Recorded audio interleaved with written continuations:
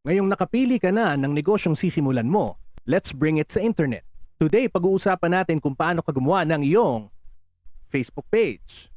Roll intro.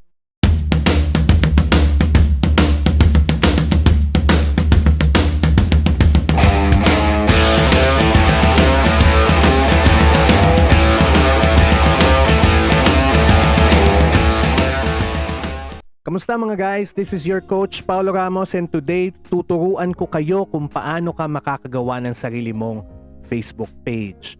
I'm sure nakapili ka na ng negosyong sisimulan, but sa panahon ngayon, mas maganda kapag dinala mo ito sa internet.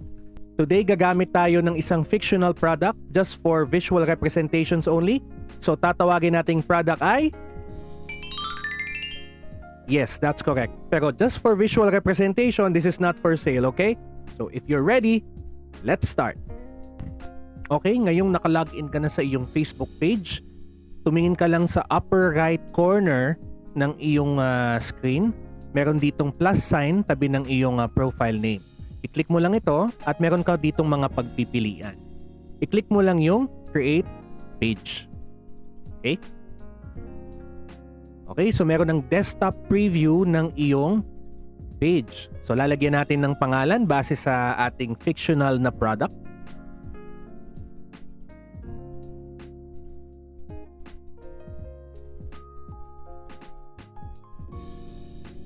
Okay, since ang product natin ay isang mushroom na vitamin supplement, so gawin lang natin ganyan. So ikaw bahala kung anong gusto mong ipangalan sa iyong page. Kung isang product lang ang iyong binebenta, then you can just focus on the name of the product. Kung multi-products naman, you can choose to do more generic na name. Like, you know, health shop or depende kung anong gusto mo.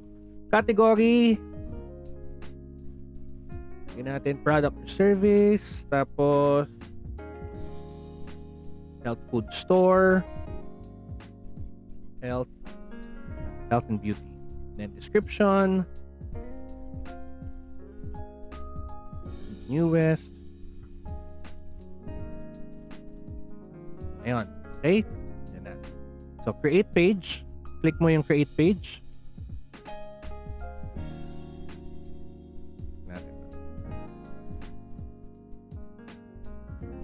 Okay? Nandiyan na. Ngayon, sa left side ng screen, so nag-extend ito. So dito ka maglalagay ng profile picture. So meron na tayong nagawa. 'Di ba? Parang totoo lang. Ayan. And then sa cover photo, meron na rin tayo. Okay. So ganyan siya. Ayan. Ayan ang itsura niya sa desktop preview. So click mo na ang save.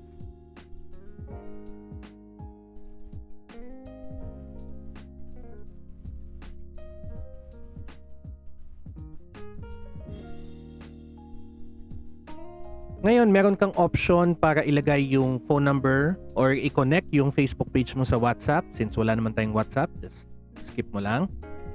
So, yan na. Yan yung mismong product natin. Okay? So, nakalagay na. Pampa the Strong Mushroom. Ngayon, click mo add a button.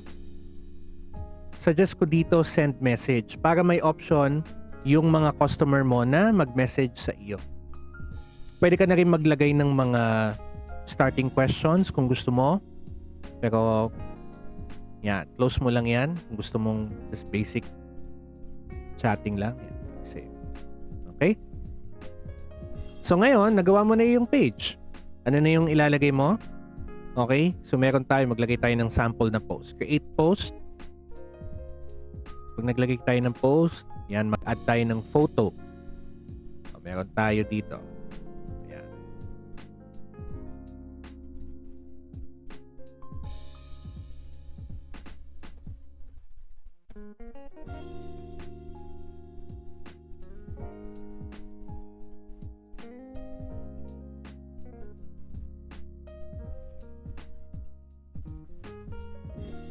Okay?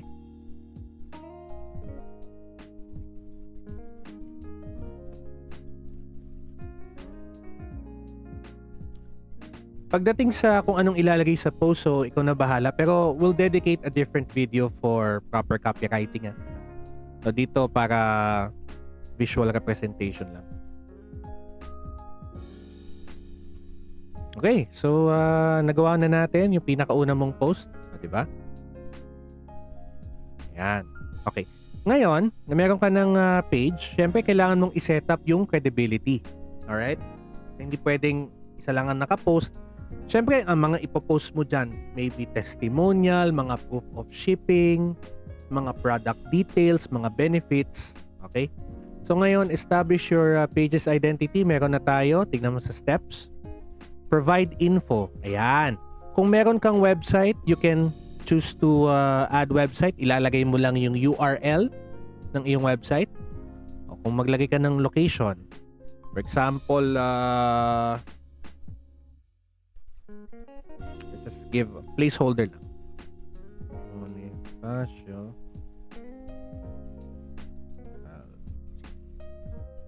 Okay. Okay na yan. Diba? Or kung hindi ka naman komportable na ilagay yung eksaktong address mo, pwede rin namang my page does not have a location. Okay? So, close mo lang din yan. Ngayon, business hours. Pwede ka mag-add ng hours. Okay? Pwedeng lagay mo always open. Pwede din open on selected hours. Since online naman tayo, recommend ko always open. And then, yan. Introduce your page. So, this is the time na pwede mong i-introduce yung business mo sa mga friends mo. It's as simple as asking for their support na, hey, baka pwedeng pakilike naman yung aking page. Okay? Huwag ka munang umasa na makakapagbenta ulit. We're still setting up. Okay? So, pag clinic mo, invite friends, yan. Makikita mo listahan ng mga friends mo. So, you just click on the checkbox, sino, and then just click send invites. Okay? Ganun siya. Right? So, yan. Ayan. Nakalimutan yata natin yung phone number. So, ayan. Kunwari, lalagyan mo ng phone number. So, Philippines. Ayan.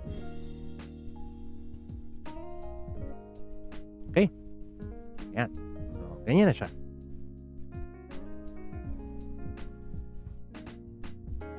Diba?